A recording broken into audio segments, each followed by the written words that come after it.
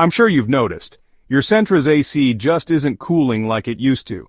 Let's figure out what's going on under the hood. It could be something simple. First off, your AC compressor clutch is the part that helps the air conditioner actually cool your car. If it's not engaging, you're left with hot air. No fun on a summer day. So, why isn't it working?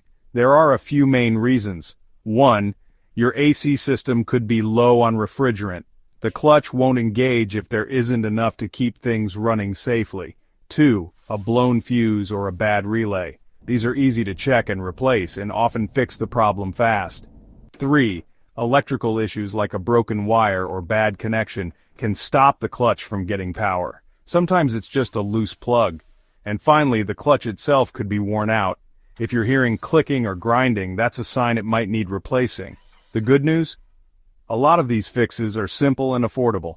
If you're not comfortable checking under the hood, a trusted mechanic can help.